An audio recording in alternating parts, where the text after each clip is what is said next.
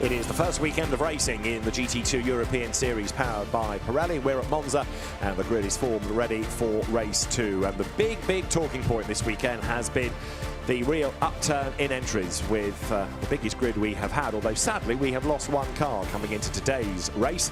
That's because Patrick Michelier's Ferrari was rather roughed up yesterday and the damage taking it out of today's race. But it's been so heartening to see finally a big grid and in turn some very good racing as well we've been enjoying over the course of the weekend. David Addison and Joe Osborne trackside. And also, lots of fans are trackside as well for what is a real festival of GT racing. And there you can see the grid, which stretches further back than we've ever had it before. Now, let's go to the grid as well and say good morning to Nina Jade Paul.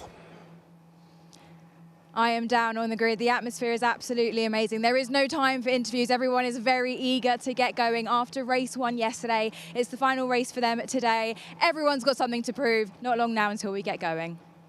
Nina Jade, thanks. It was a win yesterday at the end of a dramatic 50 minutes of racing for the Antoine Potti solo-driven Maserati. It's the car you see on the inside of the third row of the grid, the largely yellow car. A new team to circuit racing as well, I4 Race, good rally team. And Antoine Potti we've seen in GT4 and in GT3 in the past as well. Pole position based on the start driver's qualifying time, J-Mo Hartling. And that was a car that went well yesterday also to finish in third place. J-Mo, I think we've proved from qualifying on the race yesterday, much quicker than his co-driver. The real am in the car, David Fellenius, the American driver, but J-Mo Hartling wants to try to build a gap early on. The car that lines up alongside is that of Neil Montserrat, back for another crack at this, the NM Racing Team owner. He is the NM of NM Racing Team.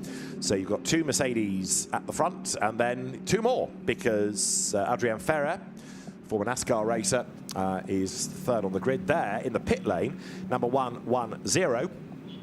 And that car was yesterday with damage very early on. Moritz Wieskirchen is going to be the driver in the first stint, but his teammate Wilhelm Kuhner yesterday damaged the car, so that starts from the pits rather than on track. You've got Mercedes represented, you've got Ginetta, you've got KTM, you've got Maserati, you've got Porsche. We did have Ferrari, and as the field is about to be released behind the pace car, one doesn't want to get away. Eventually, Adrien Ferrer fires up the car. The second of those NM Racing Team grey Mercedes gets going now, and down towards the Rettifilio chicane they will go. It's the awkward bit, trying to reclaim your place now, isn't it, once you've lost a few. So let's look at the grid. J-Mo Hartling it is who is on pole from Neil Montserrat. The second row, Adrien Ferrer, the Spanish driver, back from racing in America with Petrolicia alongside. Yesterday's winner, Antoine Potti, will be next with Ethan Giardini for company.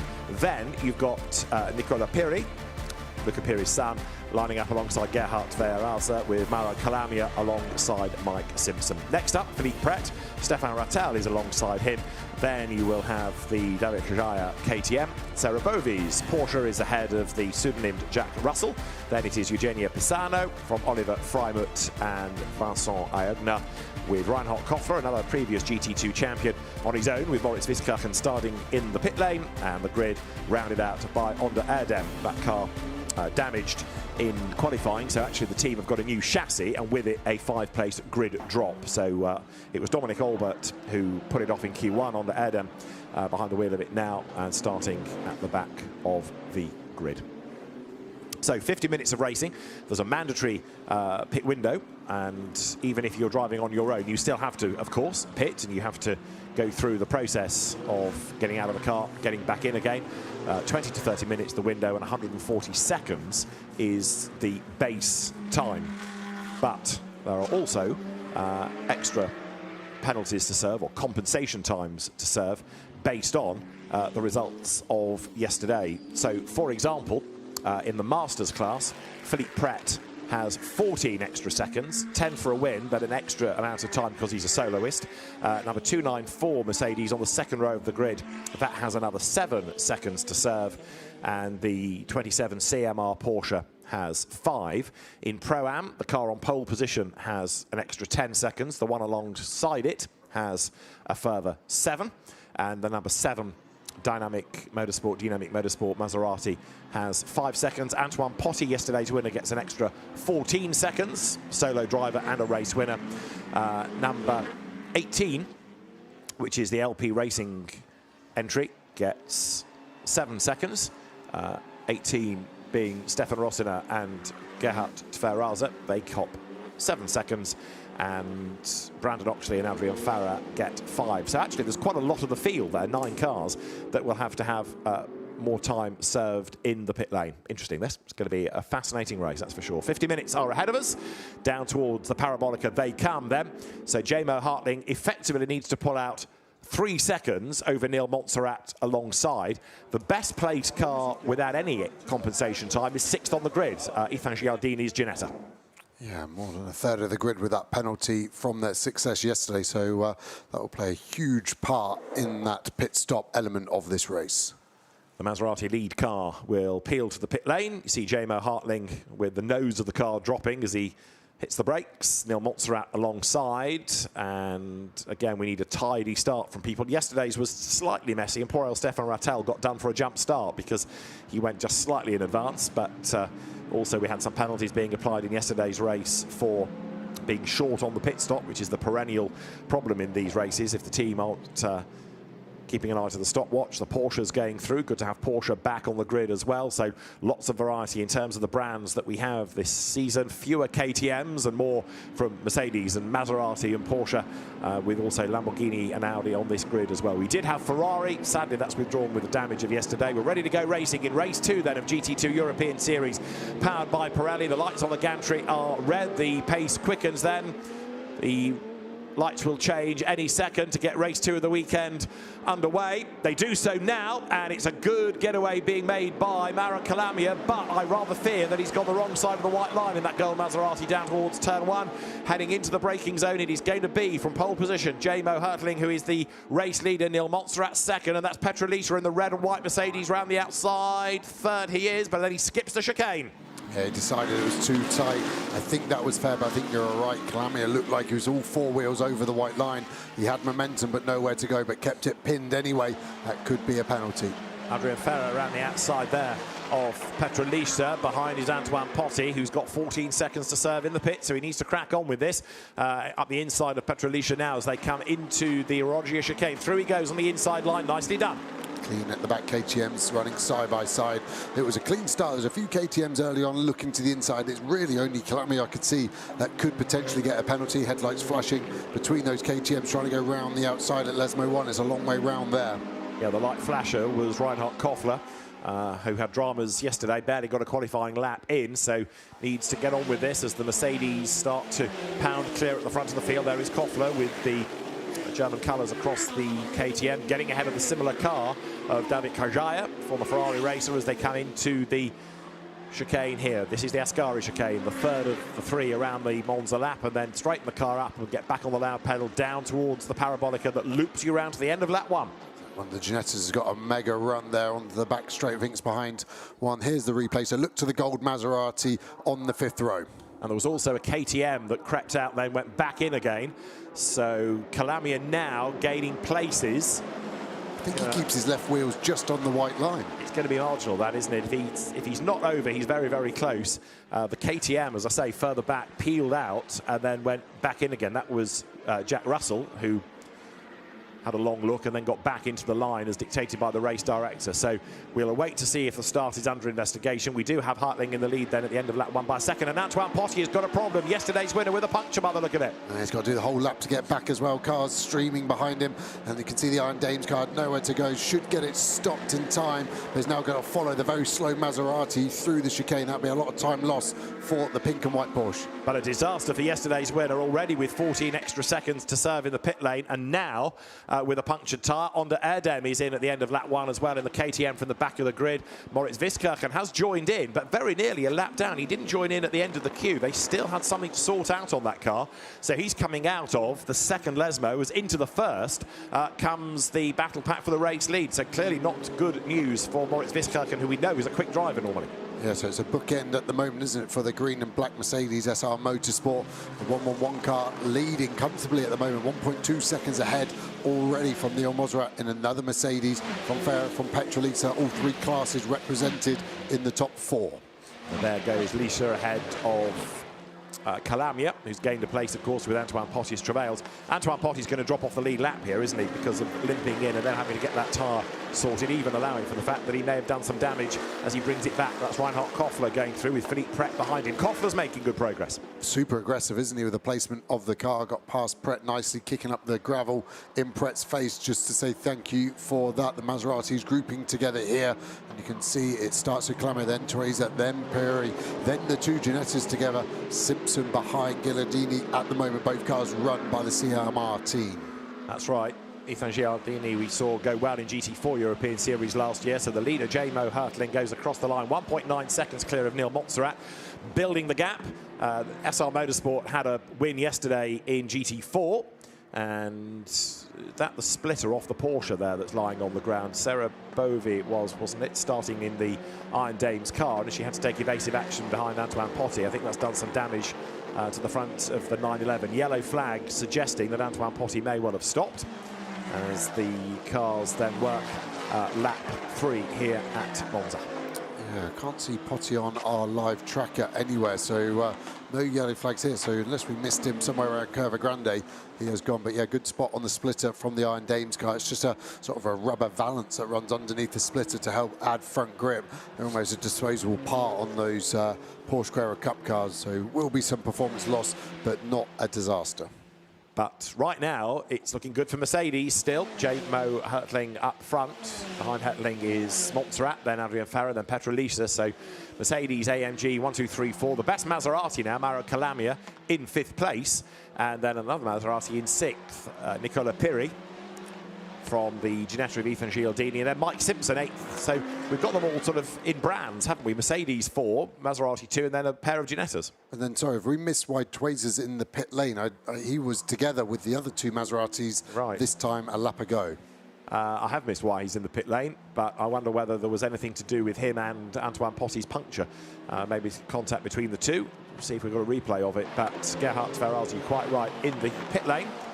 And Antoine Potti missing in action somewhere within that first sector. Yeah, strange. It still has a yellow flag out through Marshall Post 4, which is just after this first chicane into Curva Grande. So we'll have another look this time by to see if it's debris or if it is the Potti car that has gone behind the barrier somewhere. So there's Petrolisa, who is about to fall victim to Mauro Calamia, although actually it's Calamia that goes deeper into the chicane and wastes a little bit of time and speed. There's the Maserati, yes, so it's just hidden up against the barrier on the way into Curva Grande. So Antoine Potti has parked it. That's the end of that car as far as this race is concerned. I wonder whether it's going to be allowed to stay there all race. There over the curb then goes Adrian Ferrer in 3rd spot. Petrolisa ahead of Calamia behind, and then 6th spot, Nicola Piri. Yeah, somehow I missed the bright fluoro yellow car parked behind by the barrier. It is in a weird place. It's in a safe place, but very close to the side of the track. So I feel maybe race control will give it another lap or two to maybe move under its own steam for one final chance, but I'm not sure it could be left there for the entirety of this race. Yeah, it's in a safe place until it's not, kind of attitude, really. It's very rare that a car ends up there, but you never know. Right now, Nil Montserrat hustling on because he's doing absolute best sectors to catch the race leader. J-Mo Hertling start front. And there, a bit of a moment under braking for Ethan Ghilardini as he gets very close indeed to the back of Nicolo Piri's Maserati. Here are your leading Mercedes then. Two separate teams running the same type of car. The Mercedes AMG GT2. First raced, it made its debut at the Red Bull Ring when we went there with GT2. Stefan Rattel and Bert Schneider shared the original car. Quite a cool lineup, isn't it? I'm lucky enough to drive one of these Mercedes GT2 on a test day, and it's a wild machine, over 700 horsepower. Such a big animal as well to drive around. It was at Paul Ricard as well, so a nice wide open track, but phenomenally fun to drive and not easy in any imagination possible. But this is a point you were making yesterday. These cars have lots of power and not much aero, so you, the man behind the wheel, have to do the work. Exactly. J-Mo Hartling's pole position lap for this race was quicker than anything we saw in GT3 this morning in qualifying, by the tune of 0.5 of a second as well. So look at these cars under the end of your nose with peril, because these are, I think, the hardest cars on the SRO package to drive quickly. And one of the elements this year to attract more entries has been a link with the SRO GT Academy to get a funded endurance drive for next season. So perhaps initially GT2 was pitched at your older drivers, your gentleman racers, your AMs, but now it is where you want to be as well if you're a career racing driver looking at the future. Exactly that, and GT4 historically has been that, but maybe the transition from GT2 to GT3 would be easier as a young pro, because technically the GT3 slower lap time and I think easier to drive as well. So another option potentially for young drivers to make their career a professional one. And it's another option for a manufacturer as well to build cars. Ginessi, you were just looking at there with this G56 GT2 that came into the category at the back end of last year. We saw it in Barcelona. And there you've got Michael Muir's car with Ethan Giardini starting. So we've lost two Maseratis, Gerhard Verraza and Antoine Potti. Verraza in the pit lane, but he's been there now for so long, nearly 5 minutes. I think we can discount that car from ever being seen again. Real shame. We've not got to the bottom of why, though. Giardini all over the road as well. He's got a problem, but this is what motorsport's about. V8, spitting flames under braking, carbon fibre bodywork, built in Yorkshire. Does it get any better than that? And great to have them on the grid. Like you said, they came into Barcelona last year and they had a mega run. Lawrence Tomlinson on the grid as well, and his son racing in GT3 with Optimum and McLaren, and his son-in-law racing in GT4. So a family affair for the Tomlinson family. And you're asking a Mancunian if things get better than things built in Yorkshire. It's all the same to me, that part of the world. Too cold, too northern. I take your point. Out of the chicane, the battle going on here between Petrolicia and Mara Calamia. Reinhard Koffler, though, is continuing to work his way forward, having just cleared Nicolo Piri. So that puts Koffler's KTM into the top 6. And that is a car that, because of yesterday's results, doesn't have any extra time to serve in the pits. Yeah, it's been a good start, hasn't it? That car was on the 10th row, at least we forget, so it's had a huge gain of, what's that, 13 places, 14 places or so. So, yeah, Koffler has got the pace, and it looked like the KTM wasn't competitive, but now he's quite proven that with the car underneath him, it is. And now he's going to try and start chasing Calamia, who is still, frustratingly for him, behind Petrolisa in that Mercedes, the red car coming into shot now. And at this moment in time, Koffler's going to be on the back of this in no time at all.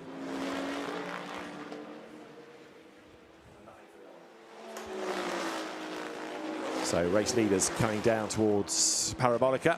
We understand it was purely a puncture, if that's not a strange sentence, for Antoine Potti, as in there was no contact with another car. So a curb strike or debris is done for it. But Gerhard Verraza, we still trying to unravel as that car sits in the pit lane. Battle on here as Calamia finally gets into a position whereby he can challenge Petrolicia. He's taken his time about this, but now coming up towards the line is the Maserati. They go through almost together, but as we saw yesterday, the Mercedes AMG has that advantage in a straight line and just starts to stretch the gap a little bit more. Yeah, seems to be able to just cover it off at the moment, and Petrolisa, we saw last season getting faster and faster. Yeah. To be able to hold off the pro driver of Calamia is very impressive right now. Yeah, because Calamia is not inexperienced, is he? He's done a lot of racing, whether it's been in Europe or the States, Mara Calamia. And I'm still surprised that that car doesn't have better pace, because when he and Roberto Pampanini came into the championship at the back end of 24, it was a winner in Barcelona, and up the escape road goes Calamia. That's going to give Reinhard Koffler the chance to gain another place. Calamia is going to have to give the place back to the Mercedes, and he does so. Yeah, does it very efficiently, and he avoided calamity, didn't he, going there, but must have broken slightly too late, and luckily for him, could run straight on. Petrolisa now will be looking in his mirror, almost worried that he's going to get rear-ended from that Maserati. So will that actually play into Calamia's hands, that he's now worrying Petrolisa about something that Petrolisa can't affect? Under the bridge they go then, heading now down towards the Ascari chicane. Koffler is the man on a big mission here. Fastest lap of the race, J-Mo Hartling. But Koffler's best lap has been a 47.1.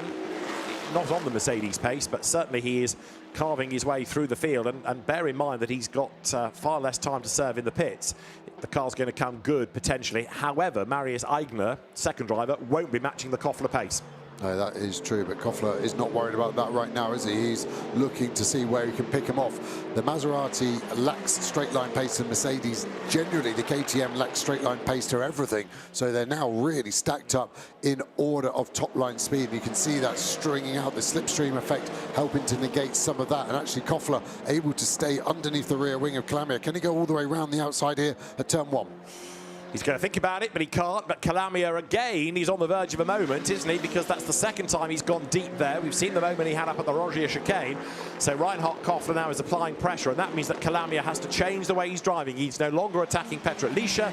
He's on the defensive to keep that rather impudent KTM at bay. But that Maserati just does not seem to have any pace, does it? Because here's the KTM, full send up the inside. Koffler thinks better of it. Pirelli went straight on at the first chicane as Calamia goes in deep. Cutback available now to the KTM. This could be job done as they get to Lesmo. No, the lack of torque from the 5-pot KTM, as then he goes to the inside. Calamia gives him space. Luckily, that could have been awkward. There's always a lunge at Lesmo 1. KTM gets it done. But look at the gap now to Petrolica, who is getting away and leading as well in the AM class. Petrolicia, as now Koffler has done it. He's got past Calamia.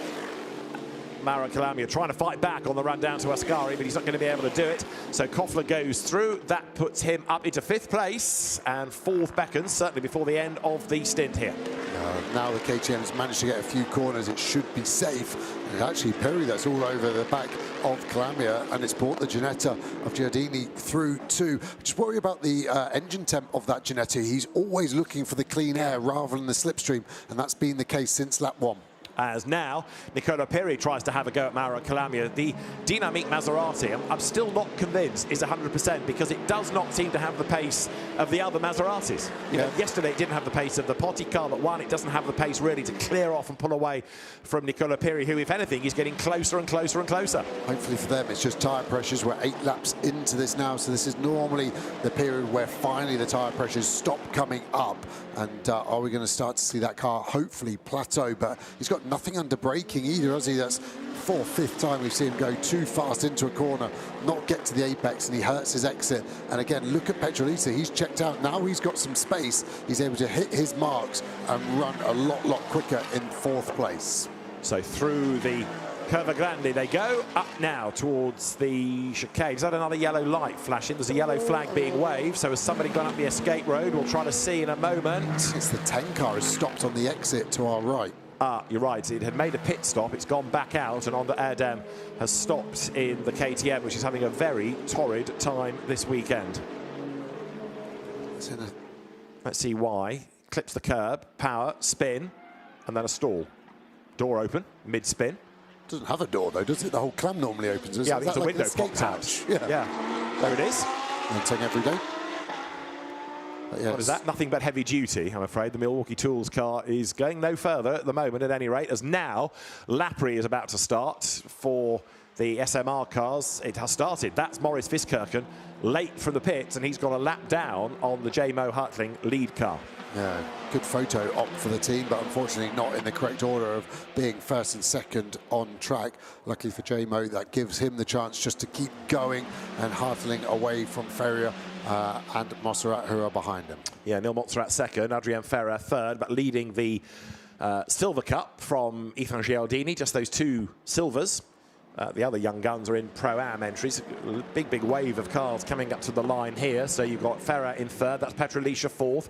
And look at the progress of Reinhard Koffler, who in the space of about a lap and a bit is with him. And now Nicola Piri thinks about a move and thinks better of it. Calamia, at least for now, stands his ground 6th. Yeah, the KTM caught the Mercedes by 0.6 of a second. Now the gap down to 7, so that could be very close as they cross the line next time by. Piri, I thought, was just losing the rear under braking, but managed to calm it down. Giardini in the Ginetta still on close attendance as well with those Maseratis. And we are 3 minutes away from the pit window opening as again Nicola Piri gets closer and closer to the back of Calamia, and actually he's taking the Ginetta with him, isn't he, now, because Ethan Giardini is getting a bit nearer as well in the lead G56. Yeah, luckily for us that number 10 KTM has got going as well, so the starter motor is obviously heavy duty as well. They've got that fired up and it's going again.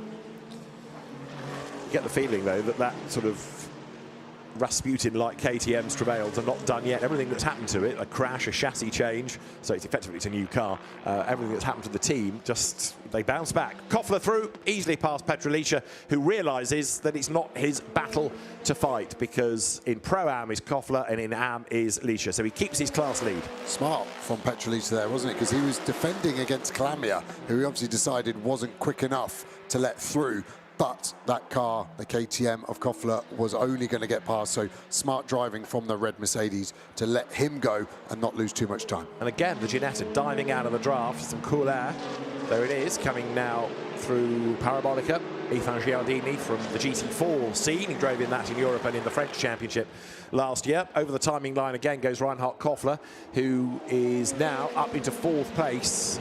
That car 15 seconds back. Don't forget, J-Mo Hertling has to serve an extra 10 seconds in the pits because of the result yesterday, second in class.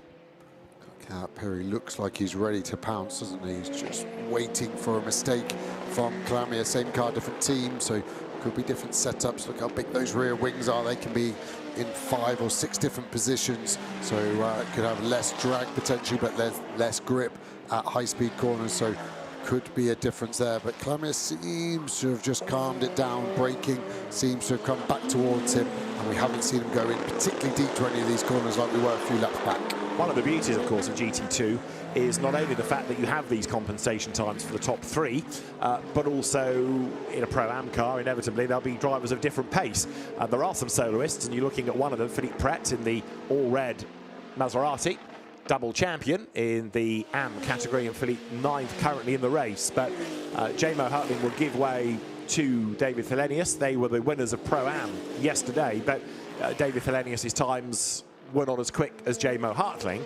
So what about Alberto Di Martin, who will take over from Neil Montserrat? Well, they have to serve less time in the pits anyway, and I would suggest that Di Martin is going to be quicker. Yeah, I would say similar as well as the fuel load comes down. We do see them refuel in the pit stop, so it's not as extreme as full to empty in this race. There is an adding of some fuel. Just because they're so fast, these cars, they need the ability to get that fuel in so they can make it to the end. And the pit window is beckoning. It will be open in a few seconds, so those sort of, 7th and back might be able to take advantage this time. The window is open, so we'll see if anybody does bail. It's not Pirelli, it's not Giardini. What about Philippe Pret to get the stop out of the way nice and early? He does indeed come down the pit lane, so there you are. As soon as the window opens, get the stop done. The beauty of which is that the pit lane is quite calm, placid, vacant, empty, nobody to get in your way. Yeah, plenty of space, and maybe as well just to get some clear air as well, so when he comes back out of pit lane, a lap or 2 just to concentrate and punch some fast laps in to potentially do the undercut of cars around him. Reinhard Koffler still charging and catching Adrian Ferrer as well, so Reinhard Koffler through. There you've got a little battle as Stefan Rattel squabbles with David Kajaya, who we saw years ago in Ferrari racing. He represented his country in the Motorsport Games, didn't he, in the Ferrari 1 Make series. And behind the pair of them is Eugenio Pisani in the Porsche. That got a penalty for being short on the pit stop yesterday. So that's the next thing that the teams have got to worry about, which is making sure they know when to release the cars. Yesterday, they only had to worry about the 140 seconds. Now they've got to factor in the compensation time as well. Here are your leaders. A lot of the cars, Lawrence Tomlinson there speaking with the engineer. Lawrence's appetite for motorsports still going strong, and the now granddad is looking on, loves his motorsport, has been there, done it, won Le Mans in a Panos, which was a seriously cool thing to do it in, and those Panoses seem to be coming back in some of the revival series as well, so hopefully we could see one of them on an SRO package one day. Indeed so. We will have a GT3 revival race at the CrowdStrike 24 Hours of Spa. Next stop for this championship is Spa, not the 24-hour weekend. They'll race at Speed Week along with British GT the week before. Over the timing line then, Hertling to Montserrat, 2.7 seconds. Hertling has nearly cleared that deficit he's got to make up, hasn't he? He's got 3 more seconds to serve in the pit lane, and he's nearly cleared it. Yeah, he's done a good job at that, and yeah, I just wonder with Columbia if we get to see the car in the pits where we see Philippe Pret, are they going to do a big tyre pressure adjustment or not? Philippe Pret's time still ticking up, should be releasing in the next 10 to 15 seconds to get their minimum time, and for now he obviously goes a lap down. does indeed, as there is Calamia finally making the move against Petrolicia. Full send, and he's up the escape road again, and he's back on. Now, does he have to give that place back? I think he does. Lisa on the light saying, come on, you did that a bit cheekily. And Calamia has slowed right down anyway, hasn't he? Waiting for the moment to not let Petrolicia through. I actually think the move was done and Petrolicia let him have it, and that's why Petrolicia flashes. He's frustrated. Is I let you go. All you need to do is get round the chicane, which you haven't. I think you're right. Race Control has seen that as an advantage. Yeah. Even though I think the move could have been done anyway. But yeah, Petrolicia is only losing out here. The advantage, though, was gained because he didn't slow the car down enough. Had he slowed it and tried to make the corner, he may have lost the place. So I would offer you that there was an advantage to be off the track there. Yeah, it was just that Petrolicia wasn't fighting it. Yeah. So it was kind of like, everyone's actually happy about this situation, Race Control. I don't want my place back, says Petrolicia, but Race Control, of course, stick to the rules. And Petrolicia now even further back, so if Calamia does have to give that position back, it's going to be more awkward and frustrating. Just on the subject of Calamia, nothing ever came up about the start being investigated, so our fears of him being over the white line seem to have come to naught, as down the pit lane now will be Nicola Piri, and I think also you've got Ethan Giardini coming in to give way to Michael Nior. I still worry about this Ginetta's temperature, always looking for clear air, and this is a real problem now. When you stop, you get no airflow whatsoever, obviously, and the temperatures can rocket. So hopefully they can get that car fired up so the water pump gets the air and water flowing around that engine that it needs. Because although bulletins have confirmed that blowers are available for use this weekend with the temperatures, that's only on the driver, not machinery. Yeah, we did question, didn't we, if the driver lay in front of the radiator, yeah. Would that be a way around the rule? But I think that loophole would get closed. There, down towards the first chicane, Stefan Rattel's Audi, round the outside of David Kajari. Tried that a lap ago. This time it works. Stefan goes through. Nicely done. Mega move right on the limit of it. Easy. You can see the car squirming, under braking, and finally clears that KTM. And has got a huge amount of space in front. 19 seconds to Mike Simpson. So Stefan might be able to pump a few laps in before he needs to box and do the driver change to himself. Exactly, because he's another of the soloists. He was going to have Luca Piri driving with him, but then I think Luca decided with so many cars to operate, he better stand down. So Stefan spending more time than he expected in the car and less time in his office this weekend, which is, from his point of view, because he's a racer at heart, probably quite good news. He'll be really delighted, though, with the strength of this grid. Yeah, really would. And we've said it before, but it's so important, I think, for him to get out there and experience the product the whole weekend, the drivers' briefing, the track limits. So when drivers come to him with complaints, he can go, I understand, we can address this, we can change it, or I disagree because I felt it. It's a good thing where the product maker uses and feels his own product. So through the chicane, Stefan Rattel, David Kajaya, and then Eugenio Pisani. Again, 3 different cars, all closely matched, illustrating how the BOP works across GT2 as much as anywhere else.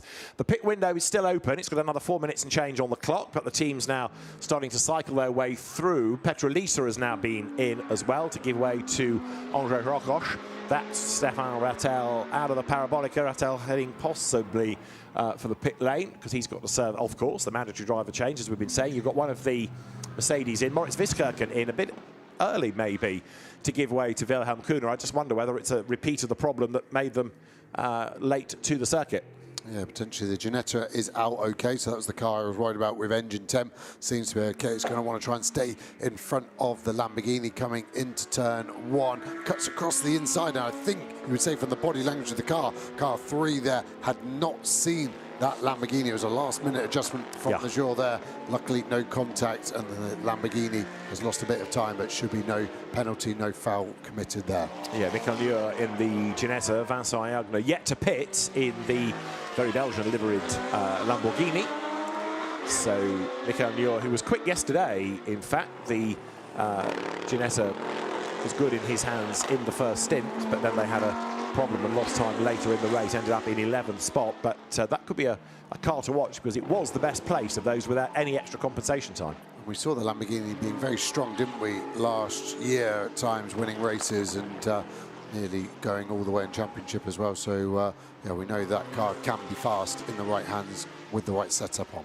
Yeah, Stefan Rossina and Bronek Formanek were your champions in the Lamborghini last year. Bronek Formanek has gone back to Super Trofeo.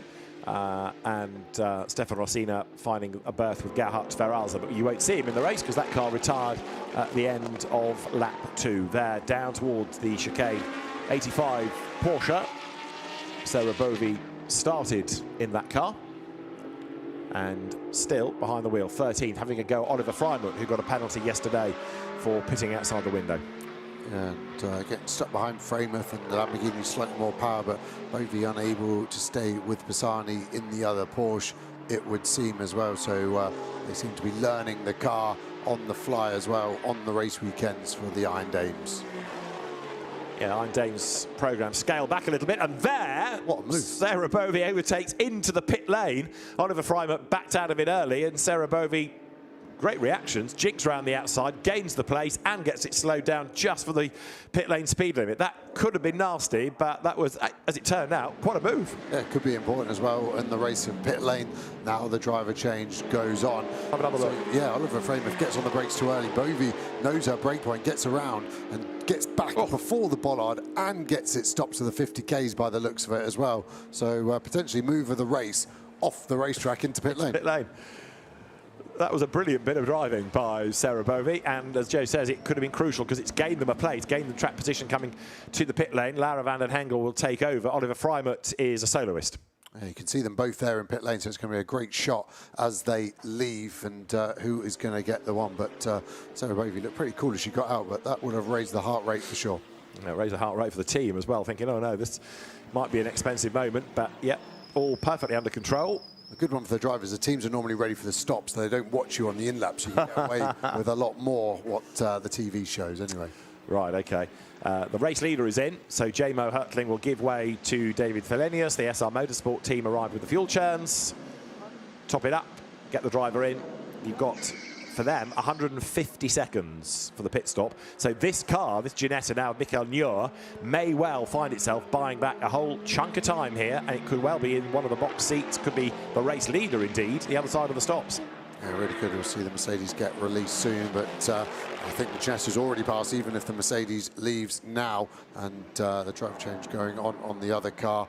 And it's taken a long time, wasn't it? Because they'd only just finished fueling, so driver change can only happen when the fueling finishes and the Ginetta sweeps past. So that should put that car into the lead, and behind will be potentially Nicola Piri, who's another one that didn't have any extra time to serve on that pit stop. Away down the pit lane goes Stefan Rattel. This is David Thelenius, the car that led stint 1, ready to rejoin. So it is going to be a really jumbled order, which is, of course, the main aim of that compensation time. Yeah, and with the pit stops being so long, losing that lap is obviously what takes the time to get parked. So now the Ginetta on the lead lap has got to put in a lap now to try and get back round before this car is released. Yeah, because 150 seconds, getting on for 3 minutes. There is Michael Nuhr coming out of the Lesmo Benz then, and biding its time in the pits, ready to go, is David Thelenius. But I would still suggest that Nuhr will be quicker than Thelenius in terms of pure pace. Yeah, I think the Ginetta is going to be about 6 seconds behind, just basing where he is coming through sector 3, into sector 3 now. And actually slightly more than that, sorry. So sector 3 will take him about 36 seconds, and the Mercedes will be leaving in the next few seconds to complete its time at 150 seconds, which finishes on pit exit. Yeah, 140 plus the 10 for being a class winner yesterday. So David Thelenius is released. The car keeps its race lead, therefore, but not by much, because you can see there Alberto Di Martin is closer, and then Marius Eigner is in 3rd place, taking over from Reinhard Koffler. So actually the Ginetta, a bit further back than I was anticipating, because it's still not yet come into view. Up into 4th place now is going to be Brandon Oxley, who was pole for race 1. And 5th is going to be the Ginetta with 6th, the gold Maserati of Pampanini, because they will just switch around before the chicane. Now that was important, wasn't it, for the Ginetta to clear there. Has some clear space in front to work with as well. Pampanini getting up to speed, very fast bronze driver, and it's hard for the bronze driver in this race because they haven't driven at all today. The first lap they do is as they leave pit lane, so you're straight into the lion's den. That's right, first time you're in the car and you experience it is in the pressure of racing. There's no warm-up session. We've got one car being investigated for speeding in the pit lane, which I think is the 110 Mercedes, Wilhelm Kuhne and Maurice Wiskirchen. It was a long way back, and now a possible further penalty as you look there at Mike Simpson getting to the end of his stint in the other Ginetta, and he will give that car over to Lawrence Tomlinson. I think it's Tomlinson in, and it's Yu Lee going wide, who just made the move. Good rallycross moment for a Maserati GT2. Came in hot there, and yeah, Yu Lee just went in and couldn't get the car stopped. Rear step round, caught it well, but a lot of time lost. Yeah, you're right. Tomlinson in the car, looking at the timing screen where Mike Simpson's name still is attached to it. So like yesterday, they've got a transponder gremlin. Here into Parabolica comes Marius Eigner, clatters his way up the inside of Alberto Di Martin. It gives him second place, but that was a bit robust. Yeah, I just think he was surprised how early Di Martin broke and how slow he went, and he kind of had to go there, otherwise he was going to rear end him. Look at the gap before the brake zone, and Di Martin's so hard and early, he has to go somewhere. I don't think Di Martin's seen him. I think the KTM's actually a long way down the inside and makes the apex. Racing incident for me. So here they come, down towards the chicane, turning their way now through the chicane. In fact, the speeding is for the Eigner-Koffler KTM, not the Mercedes. So it is 119. So was it Koffler on the way in? Was it Eigner on the way out? Well, it kind of doesn't matter, but a drive-through penalty for speeding in the pit lane for number 119 Ginetta. So that takes some of the pressure off David Hellenius, and Alberto Di Martin now needs to regroup. He's going to inherit second place again.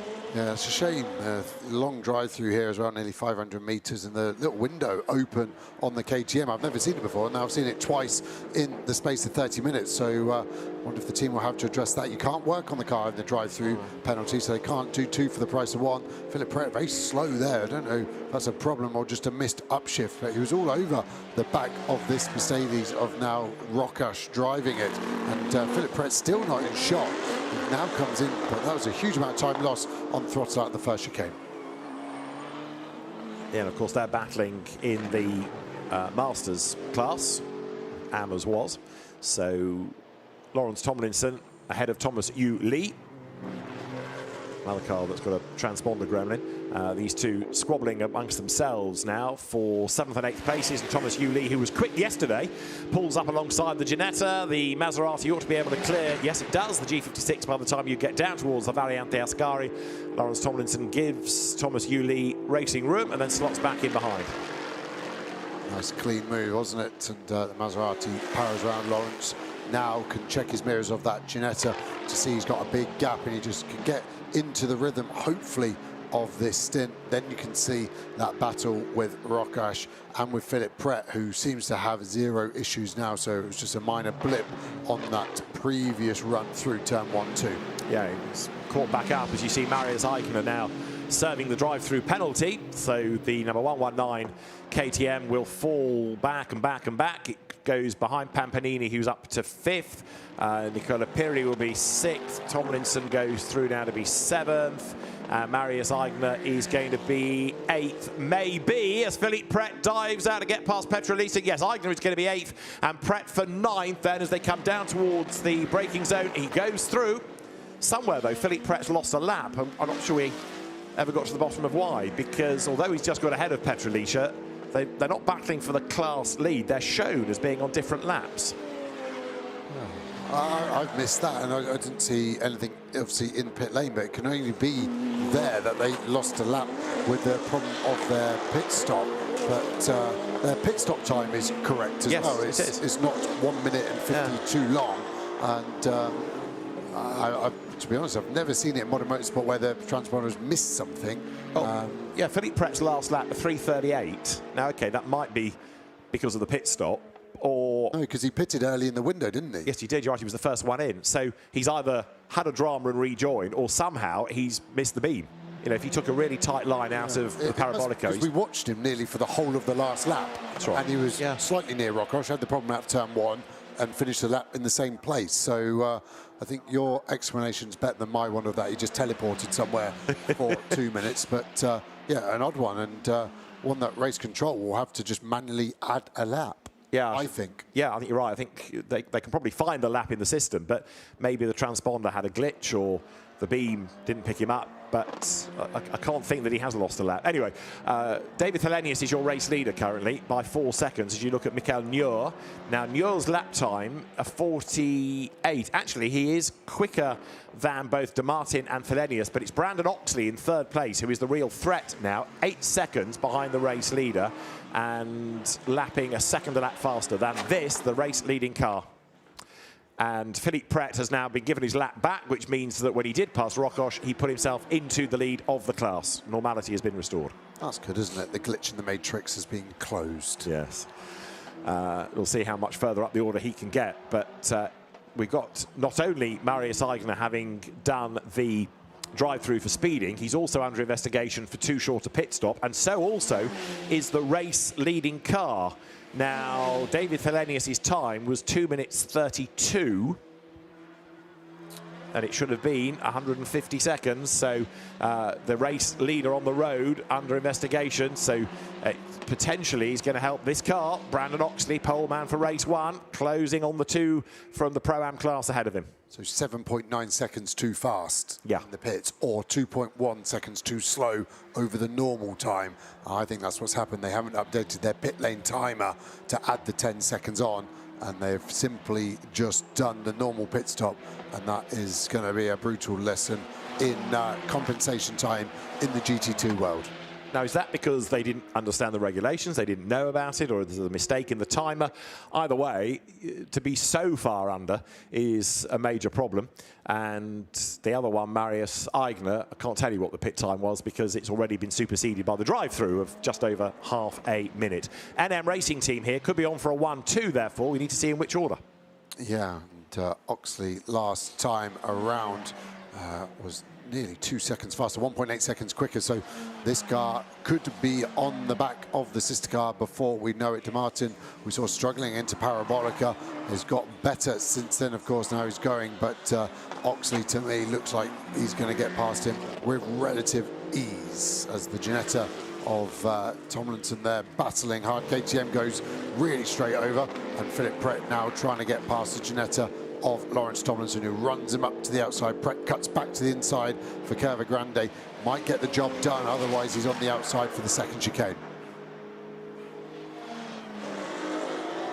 Job done by Philippe Pret before they hit the brakes. Lawrence trying to fight back, but ducks in back behind him. That wasn't for position in class, but it gives Philippe Pret a chance to get away from Rokash and that Mercedes in the background. Big snap of oversteer for Philippe Pret, showing you how hard he's still pushing aboard the #1 car. So there is Marius Eigner as he comes now down through the Lesmo bends. Of course, Eigner having lost time with that drive-through. And here's the potential switch for, in real terms, the race lead, isn't it? Because of the investigation over the on-the-road leader. You've got then Alberto De Martin ahead of Brandon Oxley. And this, I suspect, is going to be a place change on the run down towards the first chicane. Here comes Oxley. Should get the slipstream, but these cars so quick. The 115 car of De Martin in front does have a black and white for track limits as Oxley dives to the inside. Who's going to break latest? Looks even at the moment, but it should favour Oxley on the inside. De Martin tucks in behind. I don't think he's looking for a cutback. I think he's simply looking to not lose too much time. The team will now tell him this is the same car as you. We're teammates. Oxley even putting the hazards on to say thank you. So now De Martin can just concentrate on class lead, which at the moment is a very comfortable gap, over 20 seconds down to Pampanini, who is in 5th place overall. And now Oxley probably has been told as well that the lead car 4 seconds up on the road, that green, lime green Mercedes, is going to get at least a drive-through penalty, if not a stop and go for the 8 seconds that they were too fast in the pit. So this has been a perfect job by Oxley. With 8 minutes, 14 minutes remaining, suddenly his focus can shift from out-and-out flat-outness to a more reserved, manage the car, look after the tyres, look after the brakes, and these hugely powerful, over 700 horsepower Mercedes GT2 cars we were talking about earlier. And even with the pace he's got, he seems to be reeling in that lime green Mercedes as we look at a replay of Philippe Pret, by the looks of it, going in deep, nearly getting in the back of that KTM. And that would have been a heart in the mouth, easy for me to say, heart in the mouth moment for him, because that is from a class leading position. He doesn't need this risk. That was a big moment as well on the rejoin, wasn't it there? So the NM Mercedes turn their way through Parabolica in this new order then of Oxley ahead of De Martin. And 1-1-1 with this investigation over it for being too short on the pit stop goes through. So the time something like 7 and a bit seconds too short, given that it had an extra 10 seconds to serve today because it won its class yesterday and got that 10-second compensation time to serve. I think Brandon Oxley's going to catch and pass anyway, actually, irrespective of anything that lurks in the system. But the David Thelenius Mercedes-AMG there, as we've been saying, has this investigation over the pit stop time. Bit of debris lying on the road there, going up through the Curva Grande, but Oxley, we know he's quick because he got pole for his race, his session. He was the fastest in it, and he's closing down on Thelenius for the lead. Yeah, he's backed off slightly, but it's actually really helped. Martin's pace has picked up. Now he's got a yardstick in front of him to follow and copy. And yeah, like you said, he's gained 1.5 seconds wide from Oxley there, though. Shows you the dust off line. Doesn't it ever? But he gets away with that. And the fastest lap of the race, incidentally, still claimed by J-Mo Hartling in that earlier stint in the car that leads the race. Down they come with the clock ticking on down there. We've got just under 7 minutes of the race to go. And the lead gap continues to come down and down and down. Thelenius leading in Pro-Am. Leading silver is Brandon Oxley, second in the race. And your leading Masters class car, Philippe Pret's Maserati. There it is, going through the first of the Les Modems. Yeah, pushing on hard, hot conditions here in Monza. 29 degrees ambient, nearly 50 degrees track temp. So Philippe Pret and all the solo drivers out there, Stefan Rattel, have really worked pretty hard today. Air conditioning in these cars, in an asterisk, when it works it's great, but the first thing to knock off when the car starts to get warm is the AC. The car protects itself rather than the driver.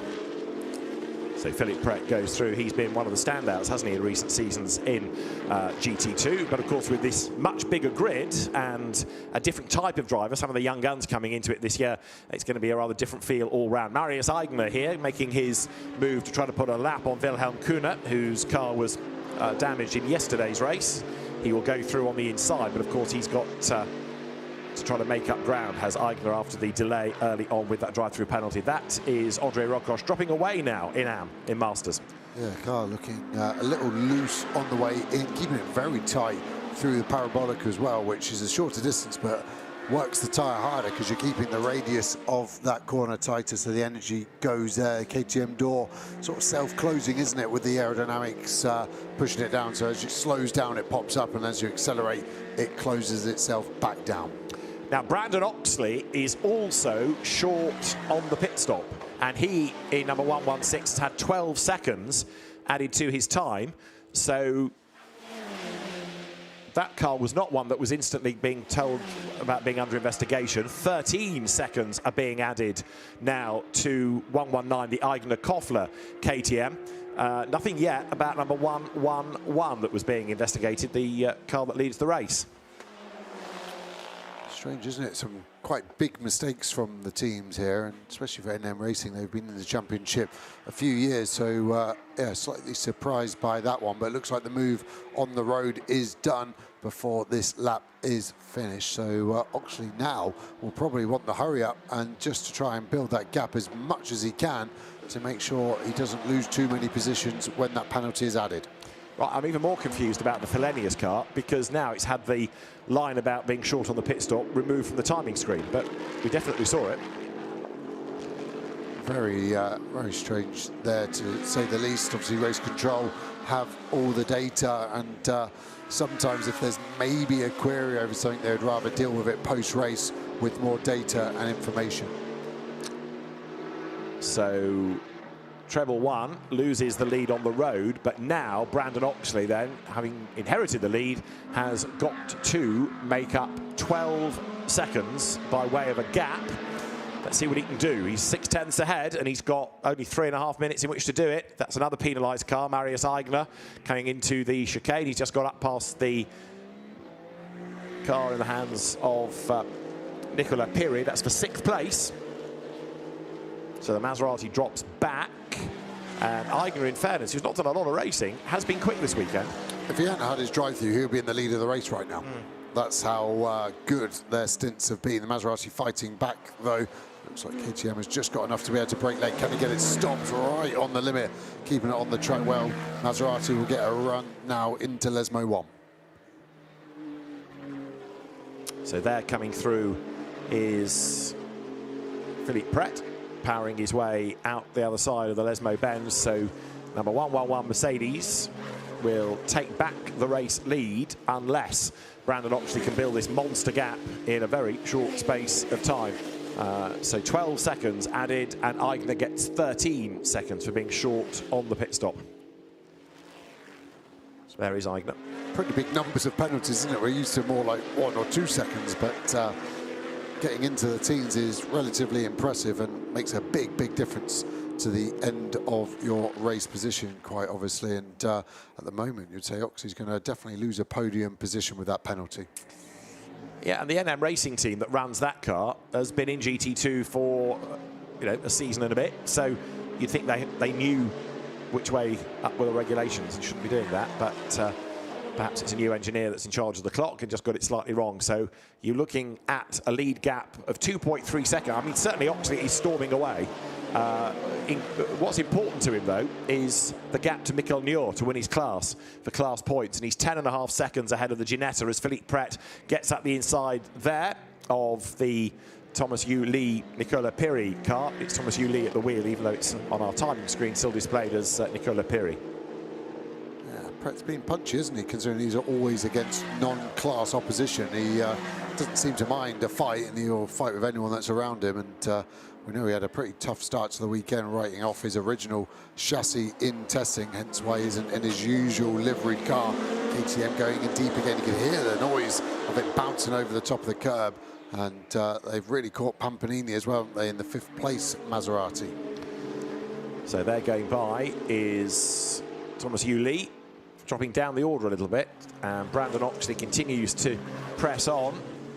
But he's not getting away that much now in the sectors from Thelenius. But he is edging clear of Mikel Nior. I reckon he's going to clear the Ginetta to keep the class win at least. Yes, on this current trend, isn't he, as he squeezes another lap in as well, so that will help him further increase his lead. But yeah, it'd be great to know what happened and why from these GT2 teams in that pit stop compensation confusion. Right, last lap then for Brandon Oxley. Well, he's 3 seconds ahead, so it's not going to be an on-the-road win, and he's only 10.8 ahead of Mikel Nior. It's going to be tight, this, for him.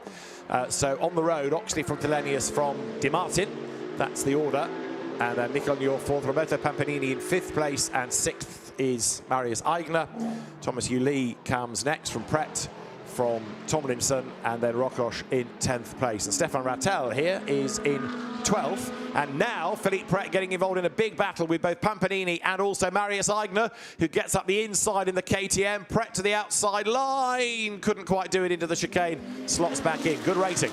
Really good. All 3 of them look like they were scrolling, under braking. KTM locking the rear, but got it stopped really well. Good job by Aigner there. Pret sets himself up for the cutback. Didn't quite manage to get on the throttle early enough to get the momentum on Pampanini. This is not for class position, remember, but Philippe Pret doesn't seem to mind about that. But he's only got half a lap to do the move. Yeah, so Pret battles on, keen for a good overall result, but the class win is going to go his way from Rokosh, and then the Max Grip, Jack Russell, KTM, 2 pseudonym drivers. They retired yesterday, but they're on target here for the good result today. Actually, Oxley's pushed on here. Final corner of the race for him. It's going to be close whether he can get 13 to 3rd place car potentially. So Brandon Oxley then making his way up towards the checkered flag. It's going to be an on-the-road win. We'll see where the penalty drops him. 12 seconds to be added. Brandon Oxley then with Adrian Ferrer come across the line to win on the road. Race honours are going to be inherited by David Thelenius and Jamo Hartling, who have looked really good all weekend, and a very, very strong race. Oxley does the fastest lap of the race on the last lap. 3rd, Alberto Di Martin and Neil Montserrat, and Mikel Nior 4th over the line, 14 seconds back, the significance of which is that Oxley will keep the class win.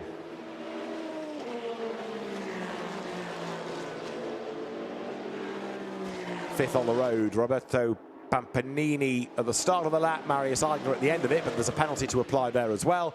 Then you've got Thomas Yuli, Nicola Piri to come through. So Pret will get 5th, Pampanini and Calamia 6th, Yuli and Piri 7th, Eigner and Koffler 8th, no, 9th, no, 10th. They're still dropping with the penalty.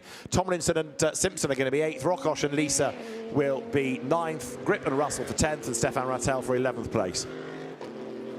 A lot to dissect from there, absolutely, wasn't there? Yes.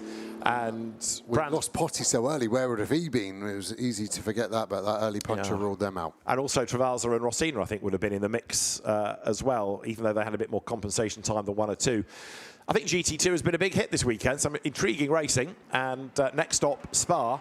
And now that there's this good grid, now that there's this impetus behind the championship, hopefully that'll make it more attractive to others. Yeah, there's a lot of these cars that are eligible for GT2 that are in storage, basically, and they need to be bought out now and get ready and go racing. And what a great place to go out next time at Spa. So David Thelenius then brings the car home and going offline to get the pickup. So any fear of a penalty sorted out in race control, and it was the 116 Mercedes that gets 3rd in the race, keeps the class win, but on the road to win a 3rd, Brandon Oxley and Adrian Ferrer, who copped a penalty. There's the KTM, which ends up 12th in a real snakes and ladders sort of race. Really good pace, but 2 penalties applied, a drive-through and the time penalty. Philippe Pret takes honours then in the Masters class, as yesterday, so he's still the man to beat there. Yeah. I guess this is his 2nd home track, based in Monaco. Paul Ricard, 2 hours down the road, 5 hours here to Monza. So he's got a nice journey home this evening with some big trophies.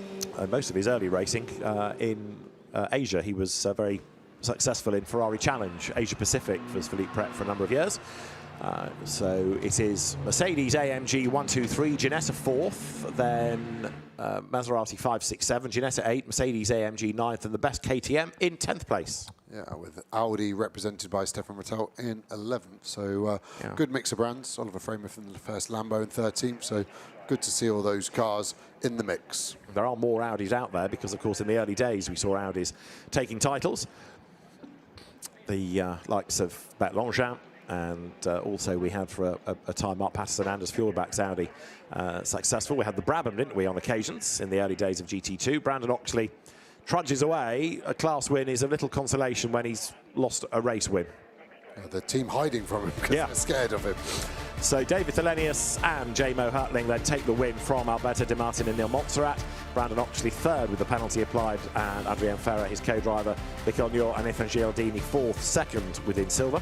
Philippe Pret 5th overall, and a Masters winner from Pampanini and Calamia. Thomas Yuli 7th with the help of Nicola Piri. Lawrence Tomlinson in 8th with Mike Simpson, and then Andre Rochos and Petra Lisha 9th from Max Grip and Jack Russell. The 2 Sudanese Austrians in 10th place. Stefan Rattel's Audi 11th. And a race of what might have been for Marius Eigner and Reinhard Koffler, with the 2 penalties putting them 12th, and of course the same situation for Stefan Rossina and Gerhard Tveraza, retirements early on, and the same true for Antoine Potty with that very early and odd puncture. So bittersweet weekend for Antoine, winner yesterday and only doing a lap today. And we'll get the drivers then towards the podium very shortly indeed. But for David Thelenius and J-Mo Hurtling, a good drive, good win, and we'll see how they fare in a few weeks' time at Spa, when GT2 European Series powered by Pirelli is next in action.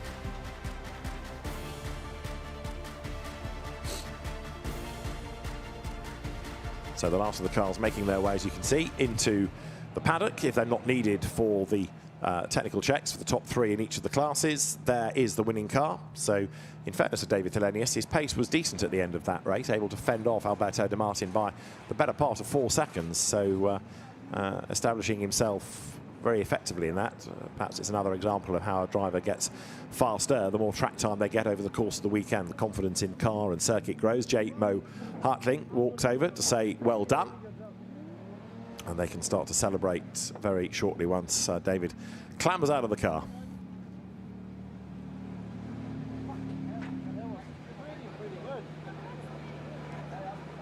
The SRO Motorsport My Schnitzelalm team, winners in GT2 today, in GT4 yesterday, so it's a successful weekend.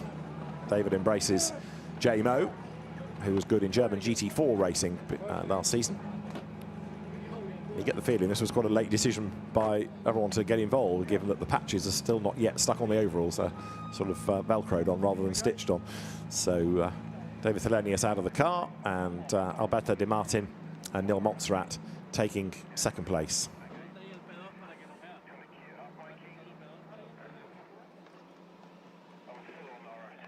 So there are Nil Montserrat and Alberto Di Martin in second place in the race, and also second within the Pro-Am class. Nil Montserrat, the one without the crash helmet, first stint driver, the man behind the team, and in about an hour and a bit he will be concentrating on running cars in the GT4 category, in which the team has had some good success over the years. Alberto Di Martin there, regular Iberian GT racer, standing next to the team owner in the background, the Roberto Pampanini Mauro Calamia Maserati, and Andre Rocoche Petrolicia's Mercedes AMG there as well. So GT2, its first weekend, giving some very good racing indeed. Spa, the next stop when the cars go to the Ardennes Forest on the weekend of the 21st, 22nd of June. But for David Thelenius and J-Mo Hartling, much to celebrate. Class winners yesterday and an outright win today. Nina Jade Paul has found them. What a weekend you boys are having. What a way to start the season. P1, congratulations. Yeah, absolutely unbelievable. This guy did such a great job giving me the car in such a good position that it was just my job not to screw it up, and just tried to run real consistent laps. They let me know my position on track. They let me know when I had to push, and it all came together, and I'm just ecstatic. Can't be any better to come to Monza and get 2 wins at Monza, so that's awesome. It was a reasonable, straightforward race. Your results have been amazing this weekend. Talk us through what this does for your momentum. Yeah, the weekend was perfect. Yeah, for the first weekend it was perfect. David did a very, very great job, and yeah, I'm speechless over the day today, and yeah, nothing to add.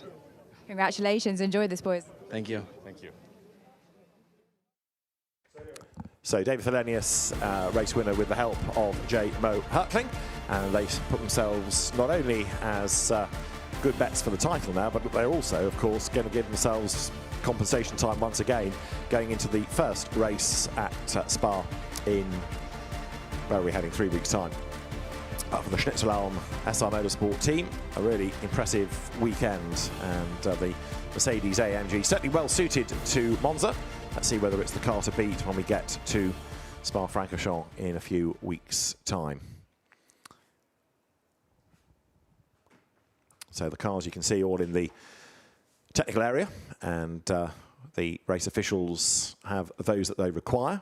Still got some of the GT3 cars there in the background going through scrutineering at the end of their qualifying session before they are released back to the teams. The aim being to give them the cars as soon as possible for preparation for the main race of the weekend here, but scrutiny is getting through them as quickly as they can. The GT2 will be added to that list very shortly. The drivers are heading up to the podium, the top step of which will be claimed by David Thelenius and J-Mo Hartling. So good weekend for Mercedes, and there Philippe Pret, delighted with his class win. 2 out of 2 for Philippe, the LP racing driver. Bad start to the weekend with an off in testing, but making amends for that with 2 class wins. He's going to have a tougher season, I think, this year, but good that he's started as he finished last year when he was champion for the 2nd year in a row in his class, the Monegasque driver, whose son, of course, races within GT World as well. So a Masters class win for Philippe Pret, and silver for Brandon Oxley and Adrien Ferrer. Success for Mercedes AMG in 2 classes, Maserati in the 3rd. Nil Montserrat and Alberto Di Martin taking 2nd spot, and again, useful points being banked here this weekend.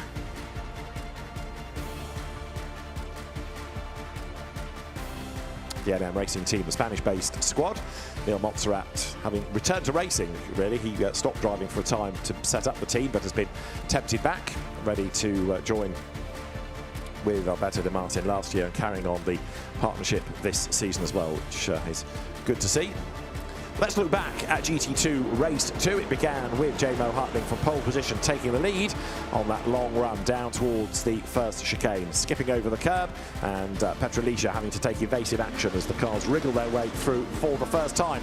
Antoine Potty, yesterday's race winner, trying to make a move to the inside of Licia. He rode the curb going into the second of the chicanes, and at the end of the lap found himself with a punctured tyre, and Sarah Burley having to take evasive action. She'd have to take more later in the race as well. Plenty of drivers getting errors made at the second chicane, skipping up the escape road. Mauro Calamia amongst them. Onto Erdem had this spin, putting the KTM off the road briefly as Reinhard Koffler charged his way up through the pack after problems in qualifying. Eventually, Calamia made his move against Pirelli, went through, but then had to take to the escape road. But he hung on to the place as Sarah Bovey had another scare. This time, when Oliver Freimuth braked early for the pit lane, she darted around to gain the place as the lead car came in. And on track, the two NN Motorsport Mercedes switched order. Brandon Oxley going ahead of Alberto De Martin, but then Oxley copped a pit lane penalty, being short on the regulation pit stop. So although the car took the lead on the road, it still gave the race win to David Fellenius and J-Mo Hartling. Next stop for GT2 European Series will be Spa on the 21st and 22nd of June. And we look forward to your company there when we go back racing in GT2.